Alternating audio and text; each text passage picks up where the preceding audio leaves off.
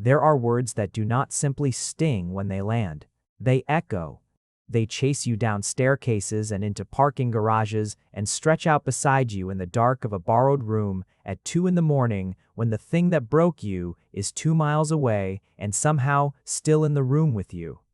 They follow you into the coffee shop and the commuter train and the quiet of Sunday afternoons when the city forgets to be loud and you sit in a window with a cup of something warm and the particular hollow quality of a person who has recently been emptied out. Gregory Small gave me many things during the 14 months we were together. A silk tie I wore exactly once to a function I attended as his +1 and felt slightly fraudulent in. A spare key to a penthouse I loved and never entirely felt at home in. The particular education that comes from loving someone brilliant and controlled and frightened in ways he cannot yet name. And one cold evening in November, with the city 40 floors below in its indifferent glitter, and his voice carrying the quiet, devastating precision of a man who has convinced himself he is being rational, he gave me a word. Replaceable. He said it the way you might correct a minor factual error. Like I had misremembered a date or gotten a name slightly wrong. That was the thing about Gregory, the precision of him, the way he brought the same careful, surgical attention to quarterly earnings calls and to the feelings of the man standing in his kitchen at midnight asking whether any of it had ever been real. I left. I did not cry in the elevator. I considered that small and temporary victory the only thing I took with me. What I did not know, walking out into the cold with my coat half-buttoned and my chest doing something structural and terrible, was that I was walking out of that penthouse for 2. I found out 6 weeks later, and the whole shape of everything changed. The morning I met Gregory Small, I was carrying 2 cups of coffee across a hotel ballroom and thinking about donor spreadsheets. The Bartlett Alcott Foundation Gala happened every October without exception, and every October my responsibilities extended a full day in both directions, setup and logistics before, gratitude and damage control after. I had worked for the foundation for 3 years by then, joining as a junior development officer after my brief, impractical attempt at gallery curation dissolved into the kind of quiet professional crisis that only affects people who confused loving art with knowing how to sell it. Donor relations suited me better. I understood, in the way some people understand music by ear rather than theory, how to make someone feel genuinely seen. How to make them feel that their investment in something meant something in return. What I could not do, apparently, was navigate a crowded room while carrying 2 full cups of coffee. I was taking a shortcut between the silent auction tables and the bar when the crowd rearranged itself without warning and there was suddenly a wall of charcoal gray wool directly in front of me.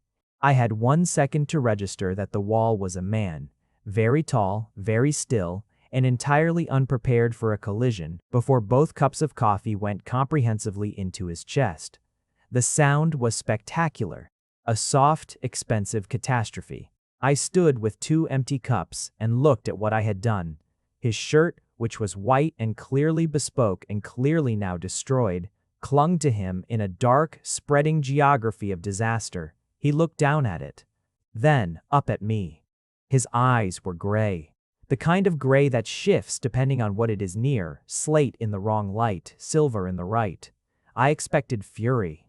Some men in shirts like that, attended by assistants, delivered to events by car services, carrying themselves with the quiet gravity of someone accustomed to things going exactly as planned, would have been loud about it. I had a full apology staged and ready, comprehensive and remorseful, he said, looking at his chest. I hope the second cup was meant for someone else. I looked at my 2 empty hands. It wasn't. Then you've lost both. Technically, I said, because apparently a catastrophe makes me pedantic, you have lost 1, and I have lost 1. Shared catastrophe, evenly distributed. Something moved at the very edge of his mouth. Not quite a smile. The structural suggestion of 1. Gregory Small. Patrick Bartlett. I am genuinely sorry about your shirt. Are you? It looks expensive. It was, he agreed, and plucked the wet fabric away from his chest with 2 fingers, regarding it with what I can only describe as philosophical resignation. Then he looked back up at me. Tell me about the Bartlett Alcott Foundation. And that was it. That was the entire transition. From the ruined shirt to a conversation so absorbing, I lost track of time. The room, the ballroom temperature, the donor spreadsheets, and very nearly my own name. He asked intelligent, specific questions, and listened to the answers with the kind of attention that makes you feel as though the rest of the room has softened slightly around the edges and only the space immediately around you is in full focus. He was 34 to my 27. He ran small industries, which I had not heard of in the way you sometimes genuinely haven't heard of something enormous because it exists at a level of financial abstraction that only becomes visible when you search it on your phone on the train home at 11 in the evening and then sit very still for the rest of the journey absorbing information. He emailed the foundation 2 days later. His assistant's name was Margaret, and she was precise to the point of mild intimidation, and the proposed gift was significant enough that I had to sit down after I read the details. The meeting happened the following week. 3 hours in the foundation's conference room, Gregory at one end of the long table and me at the other. And I walked him through our Emerging Artists program with the focused enthusiasm I reserved for the things I genuinely believed in. He pushed back on our allocation model with questions that were sharp and specific and required actual thinking to answer, and I gave him actual thinking. And by the end of the afternoon, we had agreed on a 5-year pledge that would change what we were capable of funding, and I went home feeling the particular clean joy of having done something difficult well.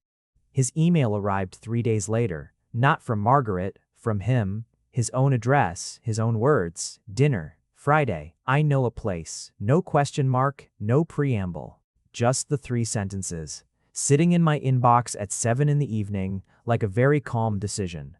I sat with it for a while. Then I wrote back, not a conflict of interest? His reply came in under 90 seconds, only if you want it to be. I said yes. I said it quickly, before I could draft a counter-argument. The restaurant was small and Italian, and the kind of place that doesn't need to advertise because the people who know about it don't need to be told. We sat across from each other and talked for almost 4 hours about his sister Claire and her architecture firm, about my brief, doomed gallery period and the specific moment I understood I'd been doing the wrong thing, about a novel we'd both read and disagreed about so thoroughly that the sommelier paused twice on his rounds to listen. He paid without discussion. He walked me to the corner where I'd called my car and stood there on the pavement in the cold, talking for longer than was strictly necessary, and when my car finally arrived, he held the door and said, with careful restraint, I'd like to do this again. So would I said. The whole ride home I sat with my hands in my lap and a complicated, private smile on my face that I was very glad he couldn't see. We dated with the exploratory quality of 2 people who are both, in different ways, unused to being fully known. I learned Gregory the way you learn a city. First the broad strokes, the geography, the major landmarks, then gradually, carefully, over months, the smaller neighborhoods, the streets that only make sense once you understand how the rest of it is arranged. He woke before 5 every morning without an alarm. He cooked exactly 3 meals well, all of them breakfast foods, and seemed genuinely untroubled by this limitation, as though mastering a narrow range perfectly was preferable to mediocre command of a wider one. He read fiction on Friday evenings with the dedication of someone keeping an appointment, always physical books, always left face down on the nightstand in a way that would have made any librarian wince. He had a voice he used only in private, lower and less controlled than the boardroom register, that landed differently every time I heard it, like something too warm for the careful container he usually kept himself in. He had difficulty with softness, not the difficulty of someone who hasn't encountered it, but the particular difficulty of someone who has encountered it and learned, somewhere along the way, to treat it as a liability. Tenderness made him precise in the way that vulnerability makes careful people more careful. Open need made something in his expression go guarded and watchful in a way I learned to work around. Not because the working around was fair, but because I loved him, and love involves a degree of translation. He showed affection sideways, through gestures rather than words, through the accumulated daily evidence of attention. The cup of tea that appeared on the counter when I'd mentioned a headache and then gotten absorbed in something else. The book left open to a passage he thought I'd want to read. No note, just the shared gesture of it.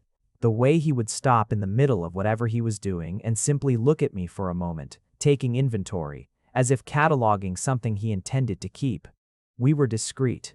This suited him naturally, and I accepted it the way you accept a thing that seems reasonable at the beginning, before the accumulation of it becomes its own weight.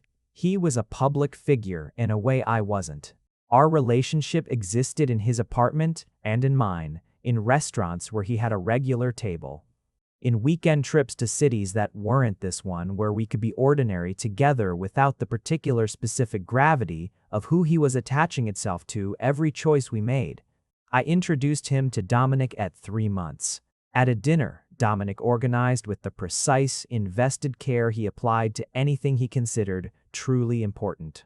Dominic spent most of the evening watching Gregory with the thoughtful, evaluative quiet of a man who has opinions about who gets access to his closest friends, and at the end of the night walking to the parking garage. He told me, "He is absolutely in love with you. He just doesn't have a language for it yet." I thought about that for a long time. "He told me he loved me last week," I said, quietly, like he was trying it to see if it would break something. "And did it?" "No," I said. "It was just very quiet, the way everything with him is quiet. Everything matters to him, you can feel that, but the volume is always turned down."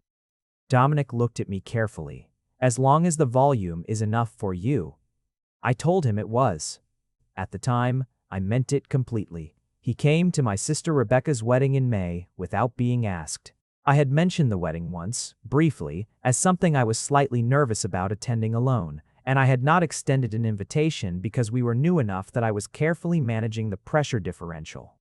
He showed up in the parking lot in a dark suit, leaning against a car with the composure of someone who had decided something and was now simply enacting it. And when I said, "Gregory, what are you doing here?" he shrugged in the way he shrugged when something was important enough to do but not something he would explain. He sat beside me through the ceremony. He danced once at the reception, with the focused competence of someone who had learned dancing as a skill rather than a pleasure. My mother spent 20 minutes talking to him about her garden, and he engaged with what appeared to be genuine curiosity. My sister Rebecca found me in the bathroom afterward and said simply, "I like him," in the tone she reserved for final verdicts. I walked out of that bathroom feeling like I was building something real. He found the signed first edition 6 months in. I had mentioned a novelist I'd loved since university in our first real conversation, and that mention had apparently lodged in his meticulous memory, and one afternoon I returned to my apartment to find the book on my kitchen counter. No note, no ceremony, no acknowledgement that he'd done anything. Just the book, sitting there. I stood holding it for a long time, feeling the particular warm weight of being known by someone who pays that quality of attention. And I understood, holding it, that this was how he loved, not loudly, but with the full force of everything he noticed and remembered and quietly acted on. That version of him lived alongside the version that was difficult, the one who retreated behind frameworks when things became emotionally complex, the one who did not correct his mother when she called me the foundation boy at the one Sunday brunch to which I was ever invited, and who looked slightly elsewhere when I met his gaze across the table. The one who kept not blocking Marcus from texting at midnight, Gregory's ex, and who explained this, when I finally raised it, with a patience that bordered on infuriating. "He is going through something. It would be unkind to disappear." "And what am I going through?" I asked, which was not my most elegant moment, but was at least honest. Gregory looked at me with that careful, watchful expression. "You are not in the same situation. I'm in a situation where my partner's ex texts him at midnight and he won't address it. That qualifies as a situation." He blocked the number the next morning, without discussion, without acknowledgement. Just the fact of it, sitting there when I asked the next evening and he mentioned it in passing. One sentence, moving on. He had heard me. He had acted. He simply could not narrate the hearing and the acting, as if the process of being reached by another person required a kind of discretion. As if admitting you'd changed something because someone asked you to was a vulnerability he wasn't ready for. I accommodated this. I told myself it was depth, not distance. I told myself that the love between us was present in everything except the most direct statements of it, and that the direct statements were incrementally becoming louder, and that patience was the right response to something worth having. These were not bad arguments. They were just incomplete. They did not account for what happened when I finally needed the direct statement and got the framework instead. The dinner I wasn't invited to was a quarterly board event. 4 board members and their respective partners, Gregory, and a reservation for 8 at a restaurant that required 3 weeks advance notice. I was in the penthouse when his assistant called to confirm the reservation for 8. Margaret's voice was crisp and efficient and entirely unaware of what she was doing. I pressed the phone against my ear and counted. 4 board members, 4 partners, Gregory, 7, 1 more, 8. I set the phone down and stood in his kitchen for a while. I looked at the city through the windows, the way I had always loved looking at it from up here 40 floors of perspective. The whole thing laid out and glittering and impersonal in the beautiful way cities are impersonal at night. Then I sat down and waited. He came home at 11, slightly loosened at the collar. The smell of a long dinner about him, wine and warmth. He paused in the doorway when he saw me sitting at the kitchen island, and something shifted in his posture. A micro-adjustment, the body registering before the mind has finished processing. "Good evening," he said. "Who was the 8th person?" He set down his keys without haste. He did not insult me by pretending not to understand. Whitmore brought his new partner. It balanced the seating.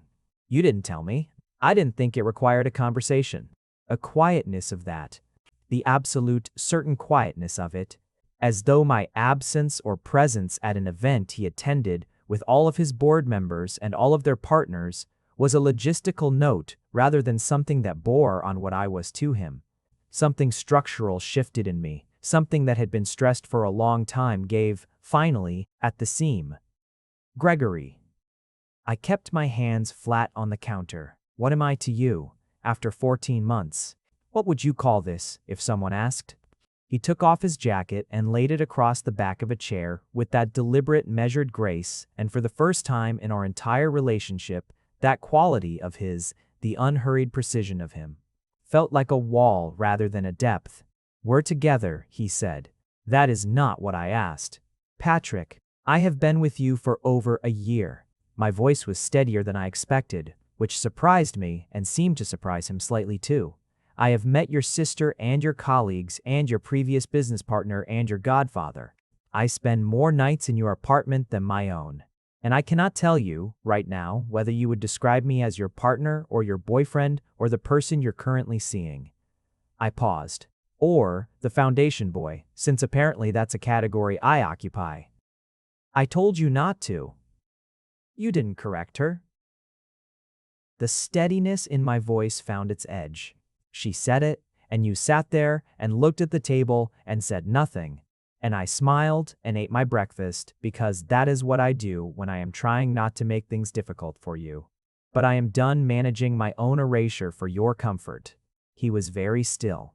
"You're important to me," he said. "That is not what I asked. That is the most accurate answer available, and it is not what I asked." He looked at me.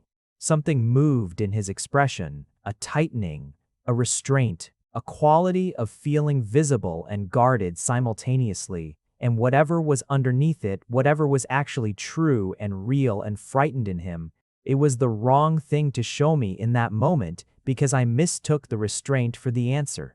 "If I walked out of this apartment tonight," I said, "and I didn't come back, how long before you replaced me, Fetty?" The word came out of my own mouth and sat in the air between us, and I heard it for the first time as what it was. The thing I was most afraid of. And I waited for him to correct it, to say, "That's the wrong word entirely. That's not how I think of you. You have never been and could never be replaceable to me." Instead, Gregory Small looked at me across his kitchen and said, in the quiet, careful, precise voice he brought to all significant matters, "People aren't irreplaceable, Patrick. Connections form, they serve their purpose, and then— Stop." The word came out broken at the edge, not in tears, in something more structural.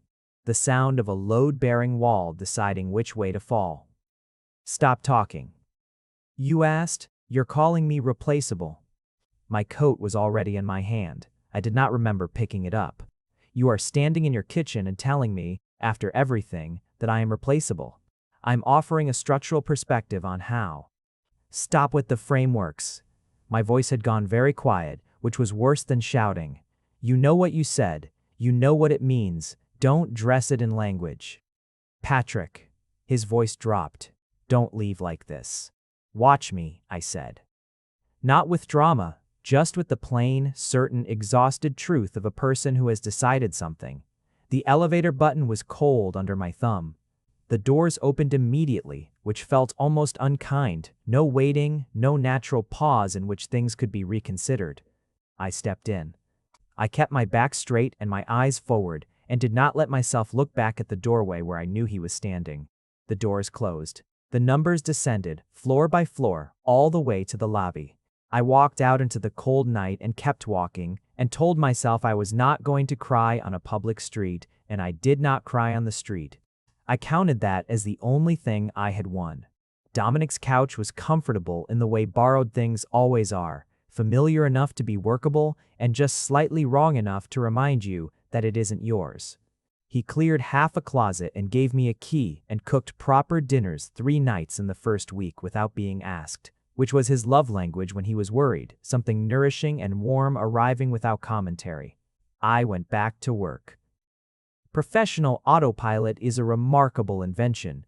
You make eye contact and ask appropriate follow-up questions, and produce coherent sentences about arts funding and donor cultivation. And no one can tell that something vital has been removed from the interior of you, that you are operating on backup systems. Gregory texted once, 4 days after I left. "Are you all right?" No question mark, because Gregory never used question marks in informal messages, as if the implicit interrogative was sufficient and punctuation would be overclaiming something. I stared at those 3 words for an hour and set the phone down. He did not text again. I told myself this was information. I told myself it confirmed everything I'd suspected, that the love between us was real but insufficient, that his silence was the answer he had been too precise to give me in words. I told myself this firmly and often, and with the particular stubbornness of someone who suspects, on a quieter level, that they might be constructing a story rather than receiving a truth. The nausea began in the 2nd week. I attributed it to stress. This is not as willfully blind as it sounds. I was under real stress. Stress does specific, unpleasant things to the body. I ate dry crackers in Dominic's kitchen at 6 in the morning and went to work and did not examine the possibility more closely because I was not ready to examine the possibility more closely. The fatigue was harder to rationalize. It was not the clean, satisfying exhaustion of hard work, but something heavier and more encompassing. The kind that lives behind the eyes and settles into the bones, that makes standing up feel like a decision requiring consensus. I am one of approximately 3% of biological males who carry a specific anatomical variation that permits gestation. I have known this about myself since I was 19, when a routine examination produced an explanation for a set of physical characteristics I had been quietly aware of for years. It is simply how I am made, the way some people are left-handed, or carry a particular blood type, or process medication differently. A fact of the body, neither remarkable nor tragic. I had told Gregory about it 6 weeks into our relationship, because it felt like the kind of thing that mattered for someone I was building something with. Because I had already decided, somewhere before I was fully conscious of deciding it, that I wanted him to know me. He had received the information the way Gregory received, everything genuinely important, without fuss, without excessive response, with a short and careful period of silent absorption followed by a small nod and several quiet specific questions. And then the subject settled into the general fabric of us, and did not become a thing we performed about. We had been careful. I had believed we'd been careful. But there was a morning in late September, soft and slow, the kind of Sunday that belongs only to itself and not to any obligation, when careful was the last thing either of us was thinking about. I bought the test on a Thursday afternoon, walking 4 blocks from Dominic's apartment to a pharmacy with the automatic composure of someone who has decided to confirm something before they will permit themselves to feel anything about it. I took it in Dominic's bathroom at 7 in the evening with the fan running and the window cracked because the room was warm, and then I sat on the edge of the bathtub and looked at what it said. I sat there for a long time. The result was not ambiguous. I unlocked the door and walked out. Dominic was at the stove making pasta. He turned around at the sound of me, the way he always turned around when something in my footfall carried information, and he took one look at my face and turned the stove off. Not gradually. Off. He said, "Sit down." I sat. I put the test on the table between us. He looked at it. He didn't say anything for a long time. Then he came around the table and put his arms around me, and I let everything go at once, the way you do when you've been holding something for long enough and a safe pair of arms finally arrives. The grief and the shock and the 3 weeks of brittle, exhausted composure dissolving together into something large and graceless and necessary. When I was through, he made tea and sat across from me and asked, simply, "What do you want to do?" "I'm keeping it," I said. The certainty had been there already, somewhere in the time on the edge of the bathtub. Some knowledge arrives before the thinking does. I'm keeping it, and I need to figure out the rest from there. And Gregory?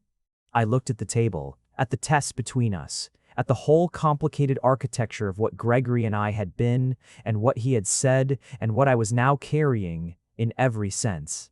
"Not yet," I said. "Maybe not for a long time." He stood in his kitchen and told me that I was replaceable, Dominic.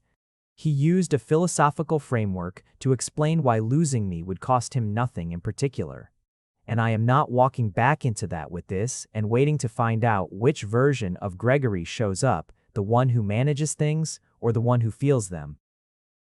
Dominic was quiet for a moment. What if he'd want to know? Maybe he would. But wanting to know something and deserving to know it aren't the same.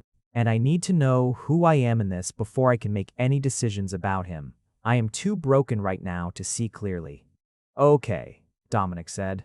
The word carrying everything that needed to be carried without adding weight to it. Then we start there. We sat in his kitchen until the pasta was entirely cold, and I held my tea in both hands, and I began quietly and with a kind of stubborn, frightened deliberateness. The process of understanding that my life had changed shape completely and that the shape it was changing into might, in spite of everything, be its truest one. I found an apartment a month later. Not in a neighborhood designed to impress anyone. Not with finishes that would have registered for Gregory's colleagues. Just clean rooms with good light on the 4th floor of a building where the super fixed things without being reminded twice, and the neighbors kept reasonable hours, and the corner grocery was run by a man named Sal who remembered what you usually bought. The 2nd bedroom became a nursery. I furnished it myself, over several weekends, with flat-pack furniture and a YouTube tutorial and a screwdriver, and the particular stubbornness that tends to arrive when you are doing something entirely for yourself and the person you are responsible for. When it was done, I stood in the doorway and looked at it for a long time, the white walls and the soft light through the window and the small dresser I had assembled with my own hands, and felt something that was not happiness exactly, but was in the same territory. Ownership. Investment. The warm, particular pride of having built something that will matter to someone you haven't met yet. I told my supervisor at 8 weeks. Adriana was quiet for a moment in the way that capable, caring people are quiet when they want their response to be useful rather than reflexive. Then she leaned forward and said, "Right. Let's figure out the logistics." And we spent an hour making a plan, and at the end of it, she looked at me directly and said, "You are going to be a wonderful parent," with the specific confidence of someone making an informed assessment rather than a courtesy. I carried that sentence in my pocket for months. I took it out on the hard days and examined it and put it back. The pregnancy, was not easy. I want to be honest about that, because the version of this that romanticizes the process does a disservice to what it actually is. The nausea lasted until my 14th week and visited most mornings and returned some evenings with a spite that felt almost personal. The fatigue rearranged entire days around sudden, absolute collapses that I managed, mostly by maintaining a small couch in my office that I could not explain to visitors. My emotions, already not in their most stable configuration, became difficult to predict in ways that occasionally alarmed me and that I eventually made peace with as simply the texture of the thing. I cried at a dog food commercial in my 7th week, then laughed at myself crying at the dog food commercial, then cried at laughing at it, then sat on my bathroom floor in the complicated, slightly ridiculous wake of all three things, and eventually got up and washed my face and made dinner. Dominic drove me to the first scan. He sat beside me in the waiting room and held my hand when the nurse called my name and walked with me into the room and stood at my shoulder. And when the image appeared on the screen and the sound filled the small space, the rapid, magnificent, absolutely certain sound of a small heart doing its work, he squeezed my hand once hard and I squeezed back. And we stood there for a long time without speaking because there was nothing to say that would have been equal to it. The subsequent appointments I attended alone, not because Dominic wouldn't have come, he offered every time. But there was something important in the going alone, something that felt like proof, like demonstrating to myself that I was sufficient for this, that the single chair beside mine was not a deficiency, but a choice, one I had made and could sustain. I thought about Gregory in the involuntary way you think about something you have put away and not quite managed to fully close the drawer on, not obsessively. In the ambush manner of sense memory, which is the worst kind because it lives in the body where you cannot reason with it. A particular quality of afternoon light, the way he took his coffee, the smell of him after a long day, warm under the clean edge of his cologne. The sound of his voice in the register he used only in private, lower and less managed, the sound of someone who had briefly forgotten to protect themselves. Each time, I told myself, this is grief. Grief is not the same as love. Grief is what love leaves behind when it breaks. The fact of feeling it does not mean you should have stayed. On the better days, I believed that fully. On the harder days, I put the grief on a high shelf and got on with things. I know this part secondhand. Dominic still moved in circles that touched Gregory's world at several points, and Dominic understood, with the precision of a good friend, exactly where the line was between information and interference. He shared things when he thought I needed to know them, and kept things when he didn't, and I trusted his judgment about which was which. Gregory, apparently, returned to his routines with the methodical thoroughness of a man running a recovery operation, more work, longer hours. The precise, structural discipline of someone who believes that the systems which built one thing can rebuild anything, including a life. Claire had mentioned to Dominic, when she called once to ask quietly how I was, that Gregory was distracted in a way she'd never seen him be distracted before. Present at dinner but somewhere else. Responsive but not engaged. Like a screen that's loading something complicated in the background, always just slightly elsewhere. He dated again at 6 weeks. Several men, briefly. Then someone called Elliot, who was thoughtful and accomplished and who lasted 3 months. Dominic told me about Elliot in the particular careful way he told me things he wasn't certain I needed to know, but thought I probably did.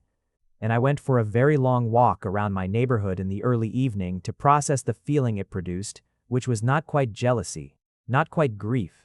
More like the particular sadness of knowing that the space you left is being tried on by someone else, and that the fit will be wrong, and that the wrongness of the fit will be someone else's hurt. Elliot ended things, not Gregory. And what Elliot said, Dominic shared with me over the phone one evening while I was assembling a shelf in the nursery, relayed with the quiet neutrality of someone uncertain how it would land. You are never fully here. There is always somewhere else you are looking. I set down the screwdriver and sat on the nursery floor for a while, not triumphant, not gratified, simply sad, in the deep, complicated way for both of them and for what that meant.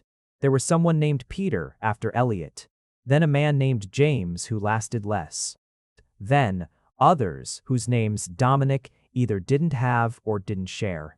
Each one brief, each one ending in some version of the same understanding that Gregory was occupied elsewhere, looking for something he couldn't name, searching in the wrong direction for something he'd already had and spoken out of existence with one precise, terrible word. I was 7 months along when it unraveled. The Foundation's annual gala in November was not optional. 3 years of relationship building, donors expecting familiar faces, the particular professional obligation that does not flex for personal circumstances, however significant. I wore a dark suit that accommodated the pregnancy without announcing it and went. 7 months is not hideable. This is simply a fact of the body. I was not precisely hiding it, but I was also not dwelling on it, moving through the evening on the professional autopilot I had refined over years, shaking hands and thanking people sincerely, and managing the quiet physical discomfort of 3 hours on my feet with the private determination of a person who has decided they will not show difficulty in public. I did not see Gregory. The room was large and full, and I thought I had come through the evening cleanly. What I had not accounted for was Harlan Griffith, the Foundation's vice chair, who was a genuinely warm man with the social radius of a small weather system and the particular, guileless indiscretion of someone who considers information a form of hospitality.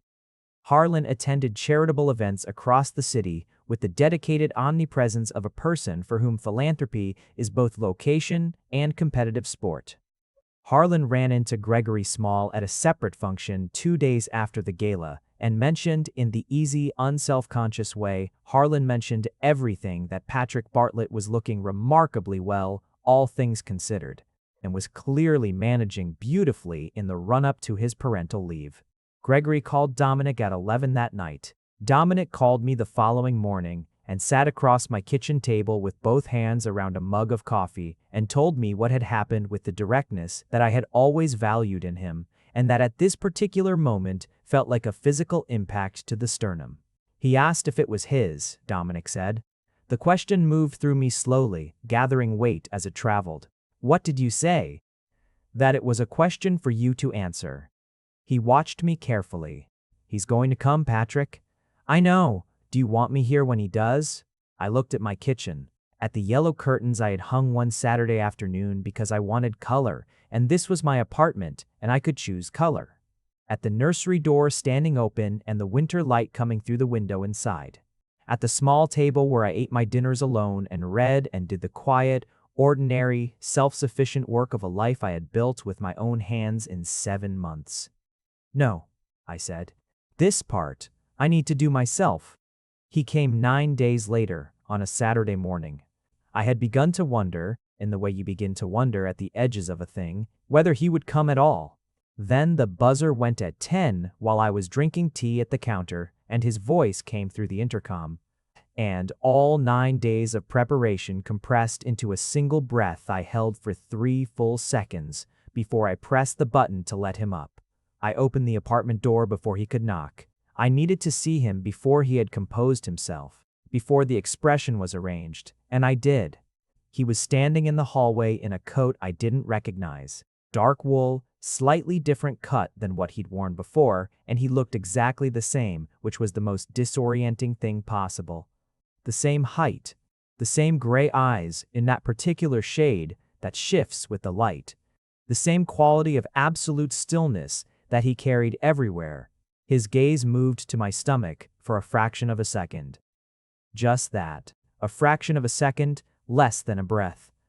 But I watched it happen, and I watched what it did to his face. All of it. All the control, the precision, the carefully maintained architecture of Gregory Small, just briefly, entirely insufficient for the specific and enormous fact of this. Come in, I said. He came in. He followed me to the kitchen, and I sat at the table and he sat across from me, and we looked at each other across the distance of everything. Is it mine? He asked. Yes. He absorbed that the way he absorbed things that mattered with the full, complete, undivided attention he gave to significant information, and I watched it move through him, the information rearranging something fundamental. Grief and shock, and something underneath both of those that looked at a particular angle like wonder. You've known since. About 6 weeks after I left. November. 7 months. The number was very quiet in his voice, almost expressionless. Almost. Patrick, you have known for 7 months. Yes, and you didn't call me. No. He looked at the table, at his hands, flat on the surface in front of him, a rare and revealing gesture. Why? Because you called me replaceable. I said it without heat. The heat had burned through months ago, and what was left was something cleaner and colder and more honest. You stood in your kitchen and told me that connections serve their purpose and then people move on. That no person is irreplaceable. You said it like a business axiom, Gregory. After 14 months, after everything we built, and then you watched me walk to the elevator and you did not cross the room. I held his gaze. So no, I did not call you, because I was not going to return to you as a problem requiring management. The silence was very long. I've thought about that night every single day, he said. Good. The sharpness of that word surprised even me. He took it without flinching. I was wrong, he said. I need to say that plainly and without context. What I said was wrong. I was not being structural or honest or measured. I was afraid, and I said the worst possible thing instead of the true thing. Afraid of what? He was quiet for a moment, and this time the quiet was not the old kind, not the wall quiet, the control quiet, the quiet that kept things at the right distance. It was the kind of quiet that precedes something difficult. Of how necessary you had become, he said. You were asking me to confirm something I had been terrified of since the first time you argued back at me, and I thought, without meaning to, without any of my usual caution, this one is different. And you were standing in my kitchen asking me to say out loud the thing that frightened me most, and instead of saying the true thing, I reached for the framework. Because a framework is something you control. I looked at him, at his hands on my table, at the slight tightening around his eyes that I recognized as the external evidence of significant internal work. So you built a philosophy about replaceability. Yes. To protect yourself from admitting that you loved me. Yes. The admission came without defense, without modification. That is exactly what happened. That is a spectacular failure, Gregory. I know that. I need to ask you something, and I need an honest answer. I leaned forward slightly. Are you here because Harlan told you I was pregnant, and that rearranged your understanding of what was at stake? Because I need to know whether this is about the child or about me. He was still for a moment. Then he reached into his coat pocket and placed something on the table between us. I looked down at it and the breath in my chest caught quietly and did not move for a second. The signed first edition. Dark cover, worn soft at the corners. The book he had left on my kitchen counter 8 months into knowing me, no note, just the gesture of it. I've been carrying this in my coat pocket for 4 months, he said. Since I realized you'd left it at the penthouse when you collected your things, I could not get rid of it. Getting rid of it felt like doing the last thing, and I was not ready to do the last thing. He looked at me directly, without the careful management of disclosure, with both eyes open. I am here because I have spent 7 months trying to be anywhere fully and failing. Because every person I have met has been straightforwardly, uncomplicatedly, categorically insufficient in comparison to the person who argued with me about grant allocation and drove me to distraction and left signed books on my counter without a word. Because I am in love with you. I have been in love with you since approximately the 3rd week of knowing you, and replaceability was the single most dishonest word I have ever said in my life. And I said it because I was afraid. And there is not a day since that I have not understood exactly what it cost. I looked at the book for a long time. At the cover, at the way the spine was worn from being carried. That's not nothing, I said. My voice was not entirely steady. No, he said, it's not. He did not move in. This matters to say plainly, because the version of this story where one conversation undoes everything would be a comfortable lie, and we were both done with comfortable lies. He came back the following weekend. He sat at my kitchen table and we talked in the way we never quite had before, without the management of what was shared, without the frameworks that made difficult feelings feel like organized thoughts.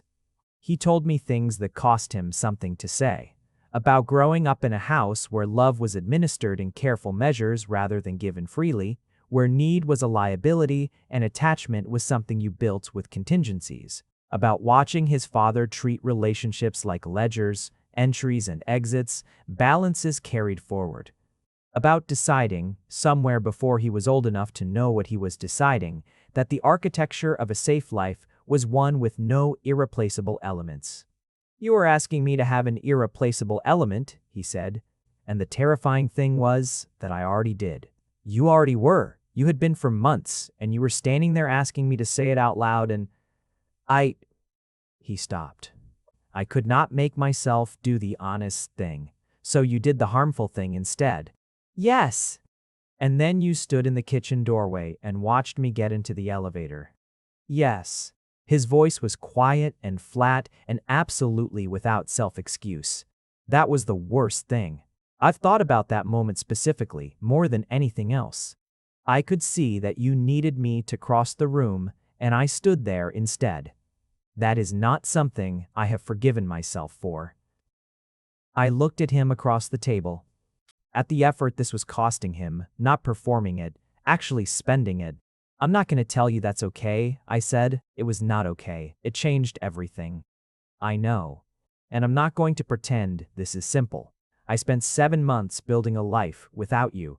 I went to appointments alone and assembled furniture alone and figured out how to be sufficient for this alone, and I am proud of that, even though it was hard. I am not going to give that up for a version of us that is the same as what we had before." "I'm not asking for the same," he said. "What we had before was real, and it was incomplete, and I know the difference between those things now in a way I didn't then." "What are you asking for then?" He looked at me steadily. "Something honest. Something where I say the frightening things before they become distance. Something where you're not managing your own erasure for my comfort." He paused. "Something where you're my partner, fully, not the most accurate version of it. The real one." I was quiet for a long moment. "You'd have to stay," I said. "When it gets hard or frightening or complicated, you'd have to stay present instead of retreating." "I want to stay," he said. Simply, clearly, you'd have to work at it. Both of us would. "It wouldn't be." "Patrick." He said my name with the quality of attention I hadn't heard before, stripped of everything except the directness of it. "I am not asking for easy. I gave up easy the night you walked into that elevator. Easy would have been blocking your number and telling myself I'd done the rational thing. I am asking for real.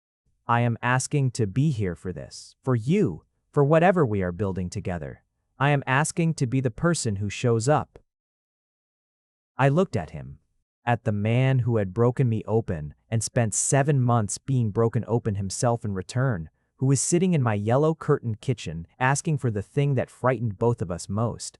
"You know," I said, "if you're going to be here, you're going to have to pass Dominic's verdict properly. He looked at you before like he was assessing whether to trust you with something valuable." He was, I agreed, and the verdict wasn't in yet. Something shifted in Gregory's expression, warm and careful simultaneously. "I'd like to earn it." He asked to come to the next appointment. I said I'd think about it, which was mostly honest and partly a test, because the way a person handles "not yet" tells you more than a yes would. He said okay. He didn't push. He asked, practically and without theater, whether there was anything I needed, and I gave him a short list without embellishment, because accepting help is its own form of trust, and I was practicing the trust. He brought everything on the list the following Saturday. He also brought groceries without being asked and cooked while I sat on the couch with my feet elevated and the pregnancy book I'd been working through. And I listened to the sounds of him moving in my kitchen and felt the particular complicated warmth of something returning to the place it had left. The appointment after that, I brought him. He wore the right thing. He sat beside me in the waiting room with his hands in his lap and his coat still on, very still, in the way he was still when he was managing something significant. And he walked in when the nurse called without having to be told, and in the room he stood at my shoulder and was quiet when quiet was right and engaged when addressed. And when the heartbeat filled the room for the second time in this pregnancy, rapid and clear and absolute, I felt his hand close around my shoulder, not solving anything, not managing the situation, just closing and holding on. We drove home afterward in the quiet of two people who have shared something that doesn't need narration. He parked in front of my building and we sat in the car for a while. "Thank you," he said, "for letting me be there." "Thank you," I said, "for being worth letting in." February came with the particular, serious cold that February earns. He said he loved me on a Thursday evening at my kitchen counter, with both hands around a mug of tea that had gone slightly cold while we were talking. He said it looking directly at me, with nothing hedged or managed about it, with the full weight of someone who has decided that saying the frightening thing is simply what you do now. "I love you, Patrick. I have loved you for a long time, and I held it badly, and I am not going to do that anymore." I let the words sit in the air and check their own weight. Then I looked at him. "I know you do," I said. "I know that now in the way you know things before you can prove them. I think I've known it for a long time." I paused. "I love you too. That has been true through everything. The loving you has never been the issue." "What's the issue?" "Whether you'll stay," I said. "Whether when it gets frightening, or complicated, or loud, you'll stay in the room instead of going somewhere clean and manageable inside yourself. Whether I can trust that when you're scared you'll say so instead of building a theory about it." I held his gaze. "Whether you'll be my partner, all the way. Not the most accurate version of it. The real one." "Yes," he said. "No architecture around it, no framework. Just, yes." We were quiet for a moment. "You know," I said, "if you're going to be here permanently, you're going to have to assemble some furniture eventually. There's a bookcase in the living room that's been sitting in a box for 2 weeks." He looked at the box. "I'll do it Sunday. The tutorial is 4 hours long." I build companies, Patrick. I can follow a furniture tutorial. He could not, it turned out, entirely follow the furniture tutorial. He assembled the bookcase on Sunday afternoon with confidence and precision, and the left side was visibly, measurably off horizontal. And I stood in the living room doorway looking at it and then at him, and he looked at it and then at me, and I could see him arriving at the assessment himself. 3 degrees, I said. Approximately 2.8. "Do you want help?" He looked at the bookcase. At his work. At the evidence of a thing he had done carefully and gotten slightly wrong. Then he said, yes, without any of the awkwardness that word had always carried between us before, and I handed him the level and showed him where the joint needed adjustment, and he made the correction with focused attention. And then he sat back on his heels and looked at the result and said, "Right," in the tone of a man who has accepted new information with dignity. I sat down on the floor beside him. He looked at me. "You're going to spend the rest of our lives being right about things, aren't you?" he said. "Probably not all things," I said, "but a statistically significant portion of them." The almost smile became the full version. Warm and unguarded and entirely for me. It landed in my chest the way it always had, the way it had since a hotel ballroom 3 years ago, the way I had collected it every time it appeared because it was rare and therefore precious. We had arguments in those weeks and months. Good ones, in the sense of necessary ones. The argument about his hours and whether whatever we were building together was getting real space in his life or the margins of it. The argument about me still refusing to ask for help when I needed it, which Dominic sided with Gregory on, a coalition I considered a minor betrayal and which was also entirely fair. The argument tender and important about what we called ourselves to the world. And the evening Gregory described me at a dinner as his partner clearly and without the careful neutrality of before. And the way I felt that word settle into place like a key finding its lock after a long search. He was good at this. Not always, not without friction, but good in the fundamental sense of trying with both hands and staying present when it was hard and saying the frightening things before they became silence. I started believing it again, not the way I'd believed it before. The hopeful, slightly suspended quality of something new. The way you believe in the things you've rebuilt, which is heavier and quieter and considerably more durable. Our son arrived on Friday. He arrived with strong opinions about the timing and a set of lungs that made those opinions immediately and comprehensively clear, which the doctor assured me was healthy and which I suspected was constitutional. He was small and red and utterly certain of his own existence in the way that only new humans are, before the world has had a chance to teach them uncertainty. Gregory held him first. I want to be clear that this was not a gesture of sentiment or a gift I was offering. It happened because our son arrived with some speed, and the nurse passed him to the nearest available set of hands, which happened to be Gregory's because he was standing at my left shoulder and had reached out before conscious thought caught up with instinct. He took him the way he took everything important, completely, with both hands, with the full weight of his attention. He stood there holding our son, and his face did the thing I had seen it do twice before, and that I had been cataloging with care each time. The thing where all of it falls away. All the control and the precision and the architecture of Gregory Small just gone, replaced by the bare, unguarded fact of the person underneath. He stood there, and his eyes were wet at the corners, and his breathing changed, and he looked at this small, furious, miraculous person with an expression I had no category for except arrived. "Hi," Gregory said, very quietly, just to him. Our son stared back with the profound, unfocused skepticism of the newborn, unimpressed, reserving judgment, which I thought was an entirely reasonable position. Gregory looked up at me. His eyes were bright and overrun and entirely without management, and he looked at me the way you look at someone when you have run out of the words for what you feel and have decided that the looking will have to carry it. "Patrick," he said. "I know," I said. "I know. He came home with us that evening and he did not leave. Not that night, not the next, not the one after that. The settling in happened the way that true things happen, without a formal announcement, in the accumulated logic of a toothbrush and a coat hook and the mug that became definitively his.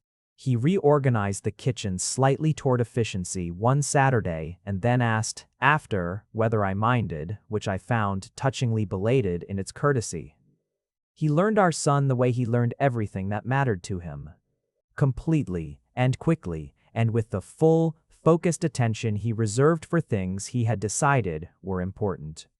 Within 2 weeks he was as fluent in the specific, demanding language of the newborn as I was, reading the different cries with an attentiveness that, given where he had started, was remarkable.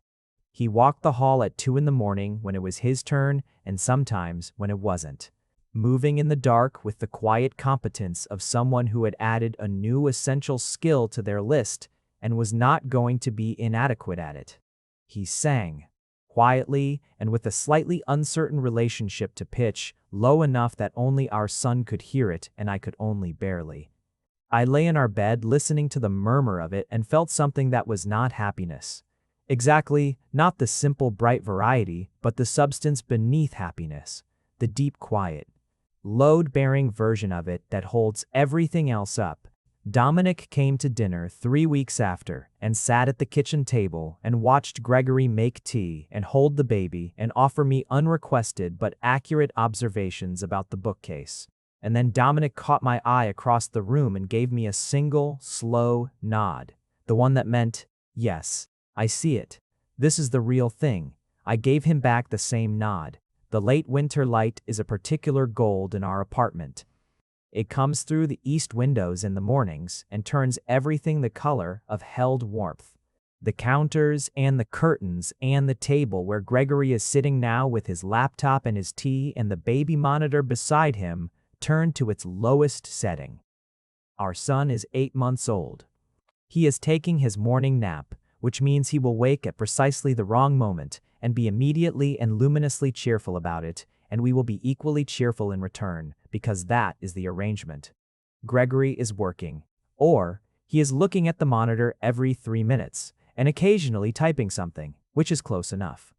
He has the quality of attention I have loved and argued with and come to understand, that focused, complete alertness. now permanently and contentedly divided between the world and the 12-pound person who arrived 8 months ago and rearranged the entire order of priorities without asking permission.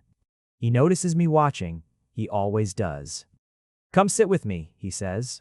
I bring my coffee and settle beside him, and we are quiet in the comfortable way we have learned over the past year. The silence of two people who have said the important things and are resting between the saying of them. The monitor makes a small sound, and we both look at it at once, which is very funny, given that we have each looked at it independently at least a dozen times in the last hour. "I've been thinking," he says. "Tell me." The pause he leaves is not the old pause, not the wall pause, not the silence of control and distance. It is the thinking pause, the one that means he is choosing words because they matter, not because he is protecting himself from their consequences. "That night in the kitchen," he says, "what I told you. I think about it differently now, from here." "How so?" "I had the whole thing inverted." He looks at me with the direct, unguarded attention he has been giving me since a Saturday morning in my kitchen when he put a book on the table between us and decided to stop protecting himself. I was operating from the premise that replaceability was the safe condition, that if nothing was irreplaceable, nothing could be catastrophically lost, that you could build a life with structural redundancy built into the foundations. He pauses. "But the thing is, replaceability is not a feature. It is the evidence that what you have does not matter enough. The things that genuinely matter are irreplaceable by definition. That is not a vulnerability. That is the entire point of them." I look at him, at the morning light on his face, at the man who said the worst possible thing and has spent every day since saying the most honest ones. "You couldn't replace me," I say. Not a taunt, just the simple, unornamented fact of it. "No," he says. "I tried. I failed clearly and immediately, and the failing was the most clarifying thing that has ever happened to me." Thing. From the monitor comes the small preliminary sounds of our son negotiating his way back to consciousness, the little conversational noises he makes with himself before committing to full wakefulness, as if he is reviewing his agenda before officially beginning the day. Gregory's attention moves to the monitor immediately, that involuntary, helpless parental pivot that I have watched happen 1,000 times and that still, every time, makes something warm happen in the center of my chest. "His Royal Highness," Gregory says, and his voice in this moment is nothing like the boardroom voice, nothing like the careful, measured register of Gregory Small in the world. It is the private voice, the one he keeps for rooms where he trusts himself to be known. "Go," I say. "I'll bring the coffee." He goes down the hall, and I hear the nursery door, and then his voice low and warm. The particular nonsense that emerges from Gregory Small in the vicinity of our son, and that I have been cataloging with tremendous, private delight. Because it is so absolutely unlike the man who once explained the structural logic of replaceability without flinching, so absolutely unlike anyone who needs a framework for the terrifying fact of loving someone completely. I bring my coffee and lean in the nursery doorway and watch. Gregory is holding our son at arm's length, examining him with profound and serious attention, and our son is examining him back with the same gravity, the careful, research-based scrutiny of someone who takes their data collection seriously. Then Gregory says something quietly, something I cannot quite hear from the doorway, and our son breaks into the enormous, full-body, completely unself-conscious smile that is his current method of expressing peak approval, and Gregory laughs, fully, out loud. The real version, unguarded and warm and entirely without self-consciousness. The laugh I have been collecting since a hotel ballroom 3 years ago, when a man with coffee on his expensive shirt made the structural suggestion of a smile at the worst possible moment. This is the whole of it. The coffee and the morning light and the baby monitor on its lowest setting, and the yellow curtains I hung alone in the before time, and the bookcase, Gregory fixed badly and then correctly, and the laughter coming from the nursery of a man who chose to stay.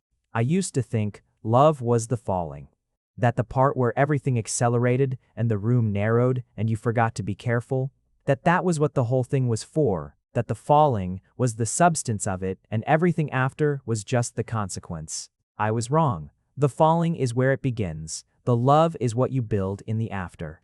Day by day, and conversation by conversation, and 3 in the morning, and argument by argument, and moment by moment of choosing to say the frightening thing instead of the safe one. The love is what you make when you decide to stay in the room, when you put down the framework, when you cross the kitchen instead of watching someone walk to the elevator. Gregory Small called me replaceable once. He was wrong then, and he has spent every day since proving it, not with declarations only. Though he makes those now too quietly and frequently and without ceremony. The way you say something true that you have decided to stop being careful about, but with the accumulated daily ordinary weight of a man who learned the lesson and did not forget it. You cannot replace the person who changed the shape of your understanding. You cannot replace the person who argued with you in your own kitchen at midnight and left a book on your counter without a note, and walked into an elevator on a cold November night and altered the entire trajectory of your life simply by leaving it. You cannot replace the father of your child, or the person at your kitchen table, or the voice in the nursery on a winter morning that makes your son open into that enormous, certain, full-body smile. Some things are simply, completely, and permanently irreplaceable. I knew that before he did. I am very glad he caught up. If you made it to the end, you're my kind of person. Leave a subscribe, comment down your favorite part of the story, and if you want early access to videos, exclusive content, or just want to support the channel, make sure to join our Patreon. Link is in the description. Even one member genuinely means the world to me. See you in the next one.